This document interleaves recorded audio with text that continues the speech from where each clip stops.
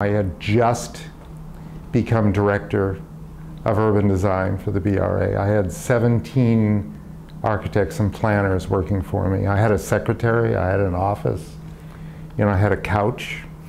And I had a window that overlooked Quincy Market. And, I was charged with looking at design issues all over the city. And I'm sitting there in my office one day, and my secretary comes in and she says, "You have a call from the CEO of the Rough and Ready Underwear Company."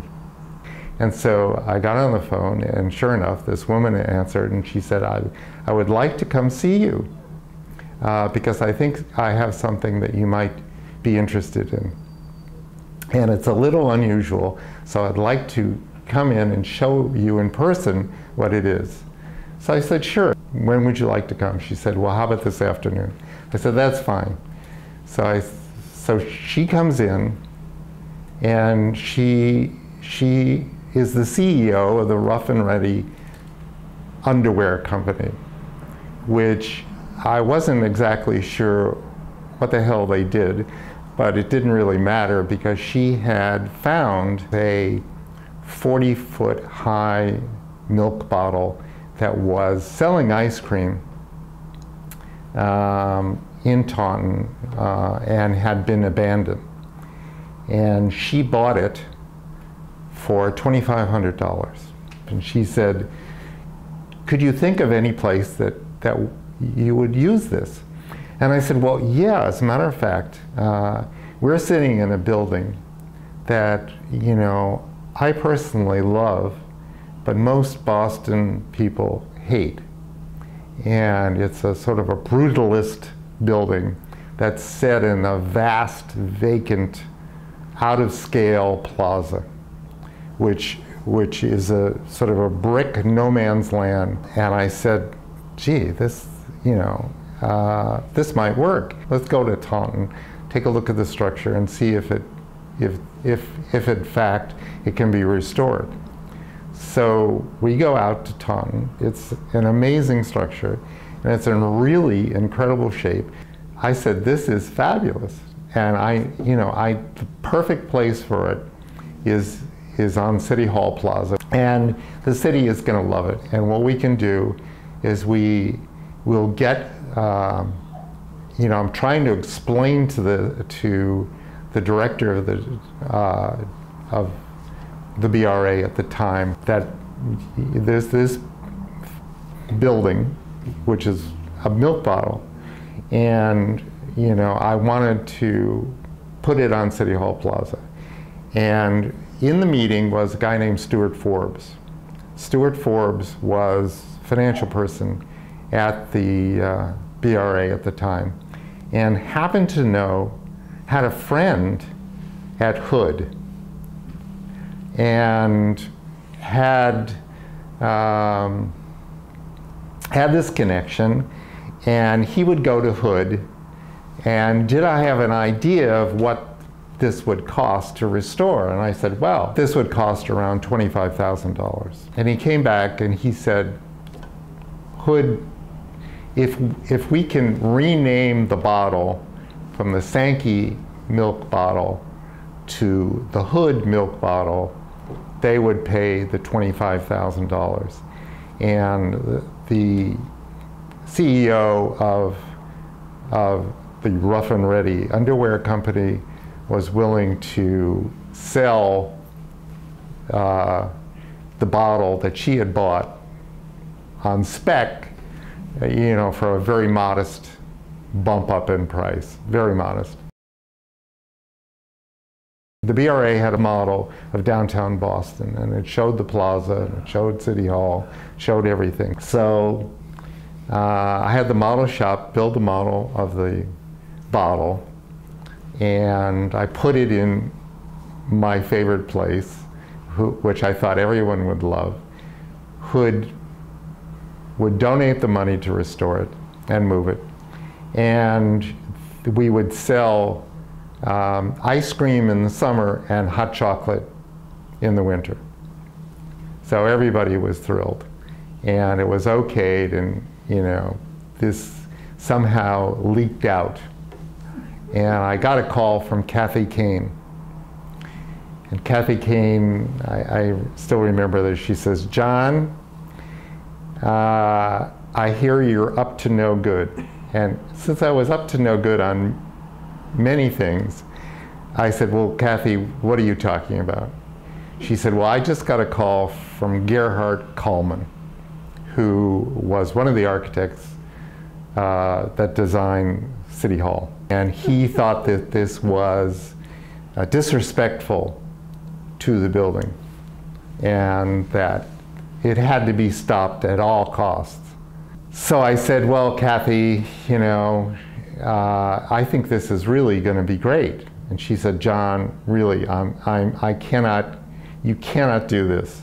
You cannot go forward. The mayor's office will not support this." So I said, "Okay, I see the writing on the wall. I hear what you're saying." And I set out to find another out-of-scale area of the city that I thought could use this 40-foot high milk bottle. So my next victim was the parking garage in front of the aquarium. No one liked it. And I go down there for a public hearing. Now, I've been a planner for a long time, so I've been in a lot of tense situations with angry people going to community meetings and being very upset. I've been at community meetings where people carried guns and to intimidate you. I've been all over the place, but I have never, ever seen such an outrage of trying to put a 40-foot high milk bottle in front of what people saw as their front yard to Harbor Towers.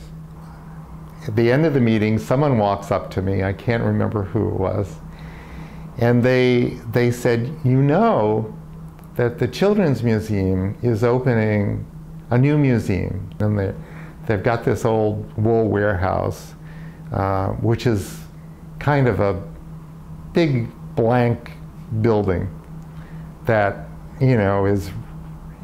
might work." So I said, "Okay, I've already gone down in flames twice on this project, but what the hell?" So I find out, I find out that Michael Spock is director of the Children's Museum. And I call on the phone and I say, "This is John Sloan, I'm director of design for the BRA. I'd like to speak to Director Spock." So she put me through to you. I introduced myself and I said, I've got something to tell you. It's serious, but it sounds a little absurd. I have a 40-foot high milk bottle that was a roadside ice cream stand that Hood is willing to restore to the tune of $25,000. And I was wondering if you'd like it in front of your museum. And I hear this, dead silence on the phone. Dead silence, Michael. And he said, "Can I call you back?" And I thought, oh my God. I don't know what he's going to do, a background check on me. I don't even know if they did background checks on this before. Very shortly after my phone call, you called me back and you say, "Well, do you have any photographs of this or anything that we can show people what this looks like?" And I said, "Michael, I have better than that. I have a model." And he said, "Do you think we could borrow the model?" And I said, "Absolutely. When do you need it?" And he said, "Well, how about today?"